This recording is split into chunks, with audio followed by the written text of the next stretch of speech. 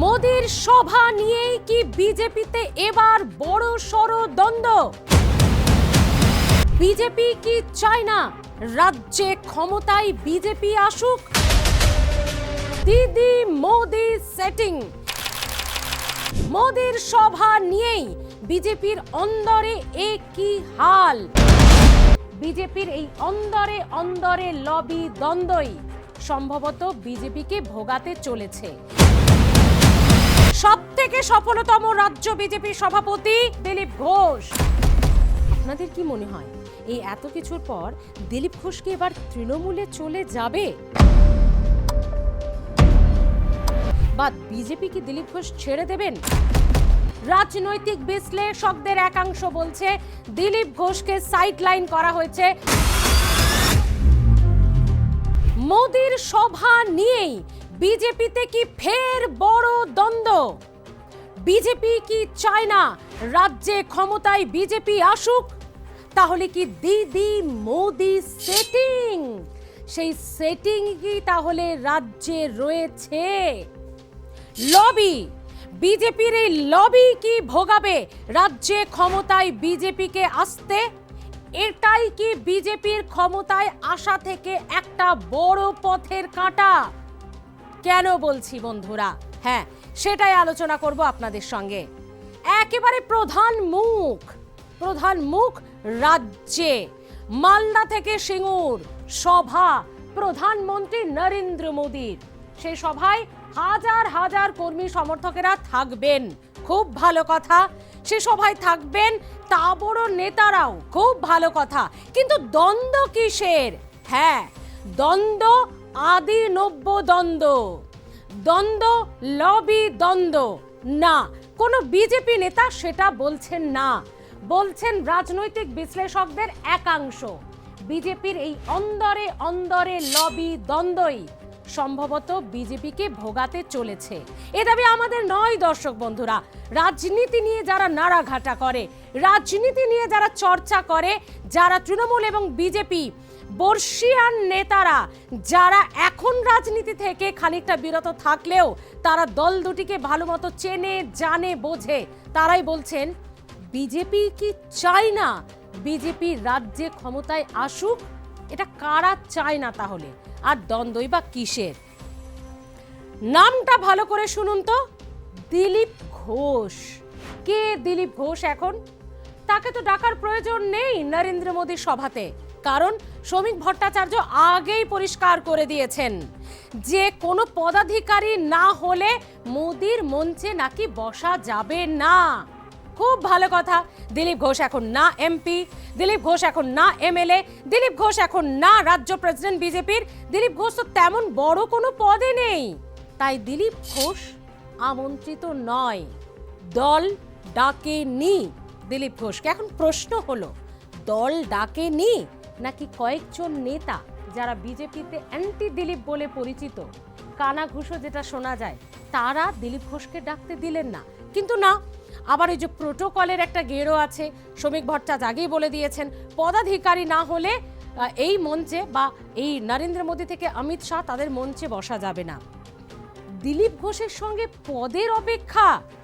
সব থেকে সফলতম রাজ্য বিজেপি সভাপতি যদি কয়েকটা নাম থাকে, তার সবার আগে হচ্ছে দিলীপ ঘোষ, যার আমলে এই বিজেপি পেয়েছিল কটা?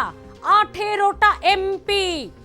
সাংসদ হয়েছিলেন 18 জন এমপি 42-এর মধ্যে। যার আমলে রাজ্য বিজেপি থেকে এমএলএ অর্থাৎ বিধায়ক হয়েছিলেন কজন? 77 জন। তার দল থেকে এই 100 জন দূরত্বের পর সেই সংখ্যাটা কত দাঁড়িয়েছে? এখন 60 না 65 না 70 আমরা কেউই জানি না যে কজন এখন আছেন আর কজন গেছেন। নাম যদি ধরা হয়, কৃষ্ণ কল্যাণী, মুকুটমণি অধিকারী, বিশ্বজিৎ দাস, কত কত নাম এখানে পাওয়া যাবে, যারা বিজেপির টিকিটে তো লড়েছিলেন কিন্তু তারপর চলে গেলেন কোথায়? তৃণমূল কংগ্রেসে। আর তৃণমূল নেতারা তো বলেন এখন এবার সেটা 50-এর নিচে এসে দাঁড়াবে। তাহলে এই যে বিজেপির 50-এর নিচে এসে দাঁড়ানোর তৃণমূলের যে দাবি, সেটা কি বিজেপি সত্যি করে দেবে? দিলীপ ঘোষ একজন কর্মী, তিনি তো কর্মী হয়েও যেতে পারতেন। দিলীপ ঘোষ একজন ভালো সংগঠক, তিনি তো একজন সংগঠক হয়েও যেতে পারতেন। তাকে তার সফলতা বলে কাজই নাকি পরিচয়, সফলতাই নাকি কাজের মাপকাঠি। তাহলে সেই সফল রাজ্য বিজেপির সভাপতি তিনি আজ no MLA, no MP, no president বলে, তাহলে তিনি জায়গা পেলেন না।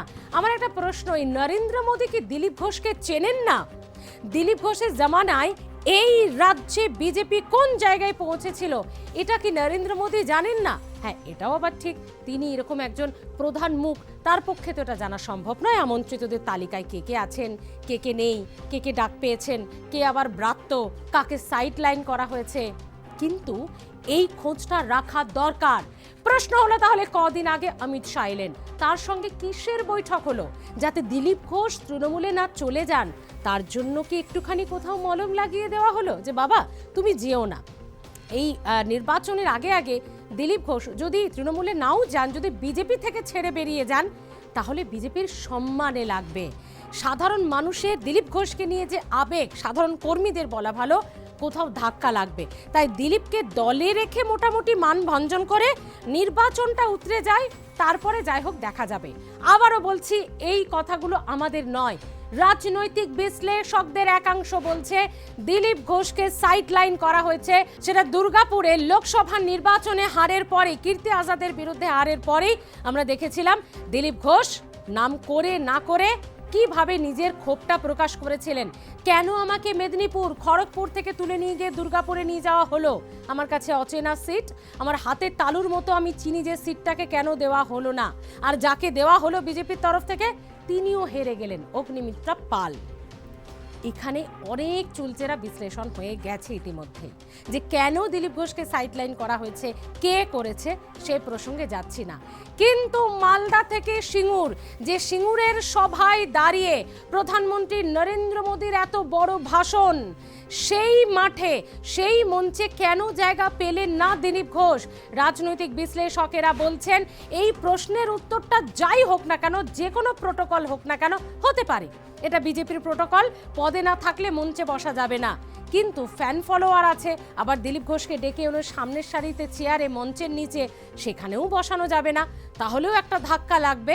মানে একটা শাখের করাতের মতো জায়গায় পড়ে গেছে বিজেপি নেতৃত্ব, মানে রাজ্য নেতৃত্ব। তারপর আবার লবি আছে। আপনাদের কাছে প্রশ্ন দর্শক বন্ধুরা, তাহলে এই লবি, এই দ্বন্দ্ব, এই তুতু ম্যামে, এটাই কি দিলীপ ঘোষের না থাকার কারণ? এবং দিলীপ ঘোষের আমন্ত্রণ না পাওয়াটা, প্রধানমন্ত্রীর মতো সভায় না পাওয়াটা, এটাই কি 2026-এ বিজেপির কর্মী সমর্থকদের কাছে একটা বড় ধাক্কা, একাংশের কর্মীদের কাছে? সেটার ফল কি ভোট বাক্সে দেখা যাবে? তাহলে বিজেপি কি চায় না, বিজেপির এক শ্রেণী বলা ভালো, এক শ্রেণীর নেতারাই কি চায় না বিজেপি রাজ্যে ক্ষমতায় আসুক? না হলে দিলীপ ঘোষ একজন ভালো সংগঠক, দিলীপ ঘোষ একজন ভালো নেতা, একজন সুবক্তা, একটা ভালো পরিচিতি আছে তার, ফ্যান ফলোয়ার আছে তার, সেটাকে কাজে লাগাচ্ছে না বিজেপি। উপরন্তু তাকে বারবার, শুধু এবারই মোদির নয়, আমরা উত্তরবঙ্গে এই প্রধানমন্ত্রী নরেন্দ্র মোদীর সভা দেখেছিলাম, তিনি ডাক পাননি। খোদ কলকাতায় অমিত শাহ এসেছিলেন, তিনি আগের বারে ডাক পাননি, হ্যাঁ এবার পেয়েছিলেন। অমিত শাহ এসে তার সঙ্গে বৈঠক করে গেলেন। তারপর কত কি হলো, যে দিলীপ ঘোষ এবার দায়িত্ব পাবেন, দিলীপ ঘোষ এবার একটা বড় পদ পাবেন, দিলীপ ঘোষ বোধহয় এবার লড়বেনও বিধানসভা। তাহলে কোথায় কি, কেন দিলীপ ঘোষ সাইড লাইন, কেন তাকে ব্রাত্য করা হচ্ছে? আপনাদের কি মনে হয় এই এত কিছুর পর দিলীপ ঘোষ কি এবার তৃণমূলে চলে যাবে, বা বিজেপি কি দিলীপ ঘোষ ছেড়ে দেবেন, নাকি এখনো দাঁতে দাঁত চেপে তিনি বিজেপিটাই করে যাবেন? তাকে যতই সাইডলাইন করা হোক এই সভা থেকে, বিজেপির কি প্রোটোকল আমাদের জানা নেই, হয়তো ফলাও করে বলা হয়, কিন্তু সেই প্রোটোকলে দলের কর্মীদের আবেগ কি ধাক্কা খাচ্ছে না? আইনের জন্য মানুষ, না মানুষের জন্য আইন, এই কথা তো বারবার বলা হয়েছে। সেই প্রোটোকল কি দিলীপ ঘোষের জন্য অন্তত তাকে তার সম্মানে, তার সফলতার ক্ষেত্রে বিচার করে সেটা করা যেত না? এটাই কি ভোগাবে, এই লবি কি ভোগাবে, এই ব্রাত্য দিলীপ ঘোষ থাকাটাই কি 2026-এ ভোগাবে বিজেপিকে? কি মনে হয় আপনাদের? জানাতে ভুলবেন না। তার আগে শুনুন দিলীপ ঘোষ এখনো কি বলছেন। মালদায় প্রধানমন্ত্রী আসছেন, বিভিন্ন প্রোগ্রাম রয়েছে, সেখানে সব নেতারাই গেছেন, আপনি একটু করছেন। সব নেতারা যান না সব জায়গায়, পার্টি ঠিক করে দেয় কোন নেতা কোন প্রোগ্রামে থাকবে। যাকে যেখানে যেতে বলা হয় তারাই যান। মাননীয় প্রধানমন্ত্রী এখন আসছেন যে উন্নয়নের যে কাজগুলো আছে সেগুলো উদ্বোধন করতে। আর সেই সঙ্গে আমাদের ইচ্ছা থাকে যে এখানকার কর্মীদের উজ্জীবিত করার জন্য, পশ্চিমবাংলার মানুষ পরিবর্তন চাইছে, তাদেরকে এই মেসেজ দেওয়ার জন্য যে আমরা সঙ্গে আছি, এবং সেটা উনি বারবার বলছেন। সেই জন্য কোনো কোনো জনসভা হয়। তো সেটাই আছে, সরকারি কাজের উদ্বোধনের সঙ্গেই জনসভা আছে। সিঙ্গুরে কি একটু যাবেন? এখনো পর্যন্ত ঠিক নাই, যাদের যাদের বলবে তারা যাবে। দিলীপ দাস সিঙ্গুরকে নিয়ে একটাই প্রশ্ন আপনার কাছে, গত 15 বছর ধরে তৃণমূল সহ মমতা বন্দ্যোপাধ্যায় বারবার বলেছেন শিল্প আসবে, শিল্প আসবে। সিঙ্গুরের মানুষ এই আশায় বুক বেঁধেছিলেন। 15 বছর পরে প্রধানমন্ত্রী নরেন্দ্র মোদী সেই জায়গাতে জনসভা করবেন, স্বাভাবিকভাবেই মানুষজন তারা কিন্তু অত্যন্ত আশায় আবারও নতুন করে বুক বাঁধছেন যে 26-এর পরে সিঙ্গুরে কি সত্যিই শিল্প কারখানা নরেন্দ্র মোদীর হাত ধরে আসবে। দেখুন, একজনের নেতা আছেন মাননীয় নরেন্দ্র মোদী, যার উপরে সবাই ভরসা করে যে কিছু একটা হবে। আমরাও আশা করি, কারণ সারা ভারতবর্ষে আমরা দেখেছি এই ধরনের কাজ উনি করে দেখিয়েছেন। তো পশ্চিমবাংলা ধীরে ধীরে বাঁঝা হয়ে যাচ্ছে, সেখান থেকে শিল্পও হলো না, কৃষিও গায়েব হয়ে গেল। সবচেয়ে উর্বর জমি পশ্চিমবাংলার, সেটা আজকে জঙ্গল হয়ে পড়ে আছে, কাশবন ঘাসবন হয়ে গেছে। তো আমরা প্রধানমন্ত্রীকে বলবো, আর এটা নিঃসন্দেহ যে এখানে ডবল ইঞ্জিন সরকার যখন হবে, এ সব কিছু পাল্টাবে, সারা দেশে যেমন পাল্টাচ্ছে। শুনলেন তো? হ্যাঁ, সব সভায় সব নেতারা ডাক পায় না। দল যেখানে বলে সেখানে সেই সমস্ত মুখ বা নেতারা যান। এখনো কতটা শালীন, কতটা রুচির বক্তব্য, কতটা ধৈর্যের পরীক্ষা দিচ্ছেন দিলীপ ঘোষ। আপনাদের কি মনে হয় দিলীপ ঘোষের একদম সামনের সারিতে এসে সংগঠনে, বিধানসভা নির্বাচনে বা প্রচারে এই সমস্ত জায়গায় এখনো জানুয়ারি মাসের আজকে 18 তারিখ এখনো অবধি দিলীপ ঘোষ সেভাবে ময়দানে নামেননি? এটা বিজেপির জন্য কত বড় লস হবে 2026-এ, জানাতে ভুলবেন না। আর অবশ্যই এটা সঙ্গে জানাবেন, নাকি আপনারা ভাবছেন শুভেন্দু, সুকান্ত, শ্রমিক ভট্টাচার্য এরাই কাফি 2026 বিধানসভা নির্বাচনে তৃণমূলকে টেক্কা দিতে? কি ভাবছেন আপনারা? জানাতে ভুলবেন না। ভালো থাকুন।